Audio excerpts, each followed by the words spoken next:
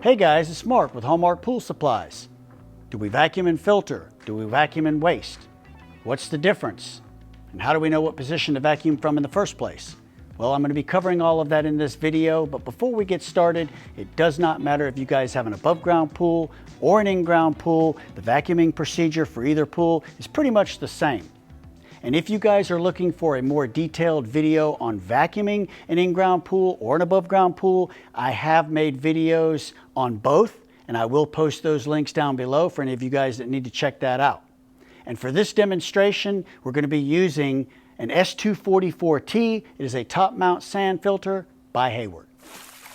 So let's say we go out, we see that the pool is dirty and we need to clean it. Well, for normal vacuuming, we vacuum in the filter position.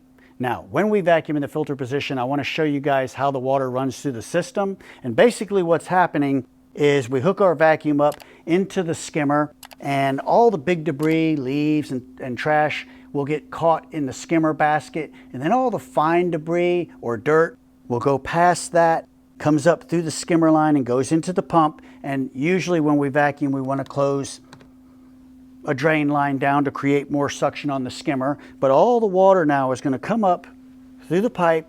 It's going to go into the multiport, and as it goes into the multiport, it then comes out of the multiport, and then the water itself goes through the sand, and as the water is going through the sand, it's trapping all the dirt and debris, and then the clean water goes through the laterals, up the pipe, and then goes through the return, and this is how the clean water is returned back to the pool when we vacuum and filter.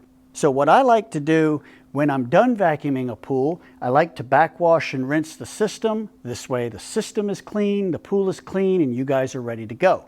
Now, if you guys are looking for a video that's a little bit more in detail in regards to filter operation, like you see here, I have made a video called Basic Filter Operation, which goes into great detail explaining all the positions and the features, what each position is, what it's used for, when to use it, and how to use it. And if you guys want to check that video out, I will post links down below for that video as well.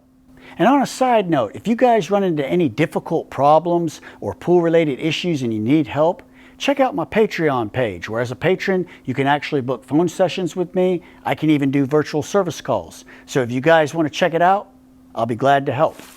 So if your pool looks like the Black Lagoon, or it's extremely dirty or algae infested, this is when we want to vacuum to waste. And why? Because if we vacuum a pool in these conditions in filter, all we're going to do is clog up the filter, and we're going to have to backwash and rinse the tank 100 times to vacuum the pool, and it's just not feasible. So what do? We vacuum and waste. So let's just suppose that you guys have cleared the pool and you can see the bottom and there's a lot of debris and muck at the bottom of the pool. That sediment and that debris is so fine that if we vacuum and filter, not only are we clogging the filter, but it will actually go through the filter and back into the pool, and we're wasting time.